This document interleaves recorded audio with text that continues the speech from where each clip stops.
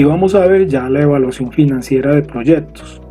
Primero que todo hay que decir que la evaluación financiera es un ejercicio teórico mediante el cual se determina la rentabilidad financiera que va a existir sobre una inversión determinada o sobre un proyecto. La evaluación financiera es un proceso, es decir que tiene una serie de pasos, los cuales o a través de la determinación del horizonte de planificación, el flujo de caja y el costo de capital, procedemos a seleccionar la opción o determinar si una opción maximiza la inversión. Y la manera como vamos a determinar si se maximiza la inversión es a través de estos dos indicadores, el BPN o valor presente neto, o a través del indicador de tasa interna de retorno. Son dos indicadores que son complementarios. Digamos que hay que analizar ambos indicadores. Entonces la evaluación financiera lo que hace es determinar dónde invertir o fijar cuál es la mejor opción, decir cuál es la mejor opción para unos recursos o para un capital. Como quien dice, evalúa si es mejor invertir en un proyecto o dejar el dinero en un banco, porque los bancos también proporcionan una rentabilidad a los ahorros de un inversionista o al dinero que un inversionista tenga en el banco. Un inversionista también puede poseer un dinero en el banco y entonces él decide, dicho en otras palabras, si deja el dinero en el banco o si lo invierte en un proyecto. ¿Cómo se realiza la evaluación financiera? Entonces, para realizar la evaluación financiera, lo primero que hay que hacer es identificar todos y cada uno de los costos, gastos e ingresos que el proyecto va a tener a lo largo de sus fases de ejecución y operación. Las fases de ejecución y operación también se llaman horizonte de planificación. Entonces, ya una vez obtenido toda esa información, ya procedemos a establecer un mecanismo o un proceso el cual nos va a poder determinar si ese proyecto es viable y factible. Entonces, ¿cómo se hace? La evaluación financiera, como lo dijimos anteriormente, es un proceso y un proceso es un conjunto de actividades que se desarrollan de manera organizada. Nosotros aquí establecimos el proceso de determinar la evaluación financiera a través de estas 5 macroactividades. Lo primero que tenemos que hacer o la primera actividad que tenemos que realizar para la evaluación financiera es determinar el horizonte de planificación. Luego viene determinar el flujo de caja o el flujo de ingresos y egresos que el proyecto tendría en el horizonte de planificación.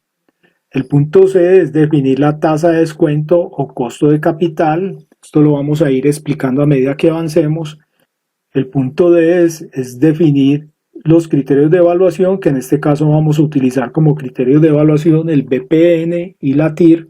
Y por último, y diría yo más importante, es saber interpretar estos resultados. De nada nos sirve determinar el BPN y la TIR si no sabemos eso para qué sirve.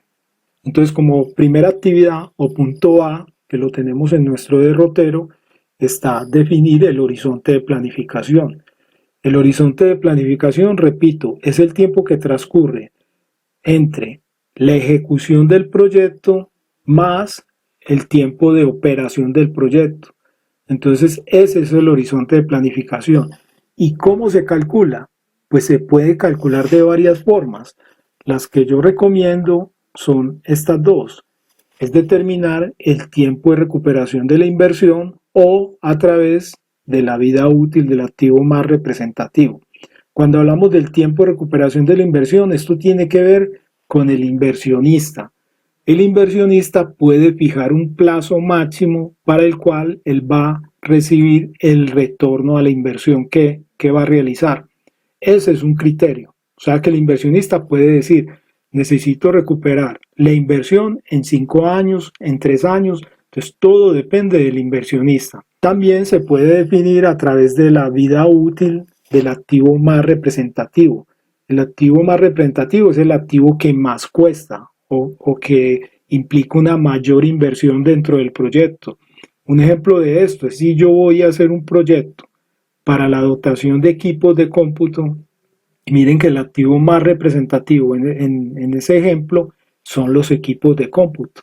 Entonces, de estas dos maneras se puede calcular el horizonte de planificación.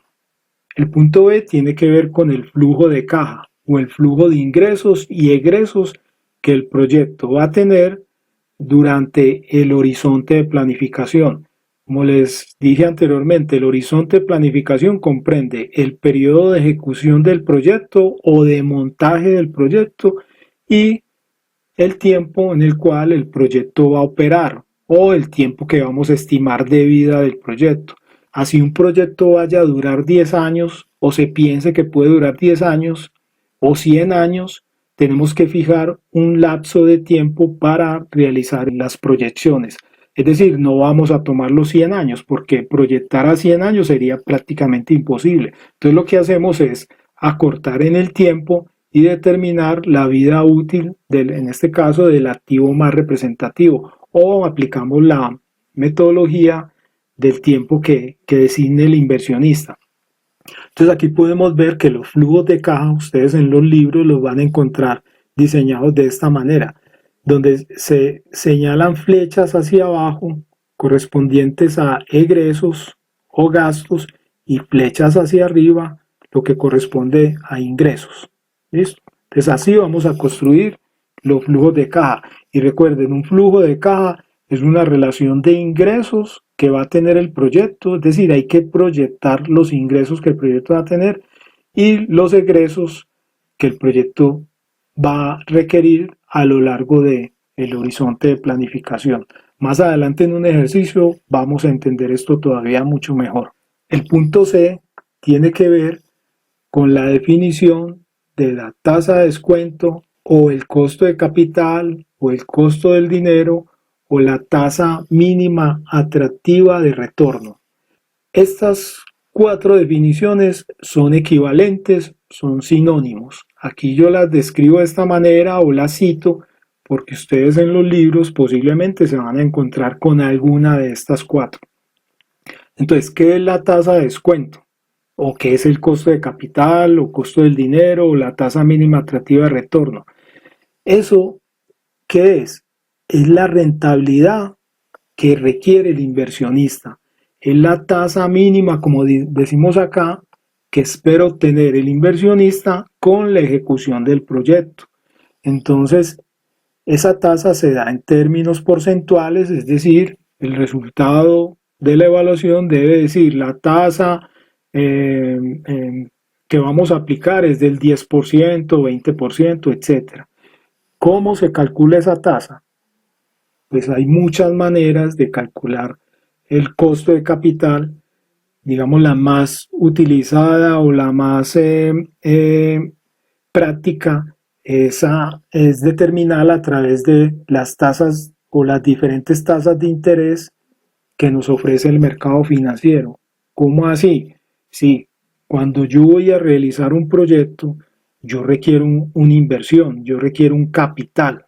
Ese capital yo puedo acceder a él a través de un banco y un banco me va a facilitar ese dinero pagando un interés. También se puede dar que el capital o el dinero lo tenga yo, lo posea yo en el banco, en una cuenta de ahorros, es decir, yo no tengo que recurrir a un préstamo, pero entonces el banco a mí me paga por tener ese dinero allá guardado. Por lo tanto, de esa manera se puede calcular el costo de capital o la tasa de descuento, porque yo no voy a invertir un dinero en un proyecto que me va a pagar menos rentabilidad que lo que me está pagando un banco.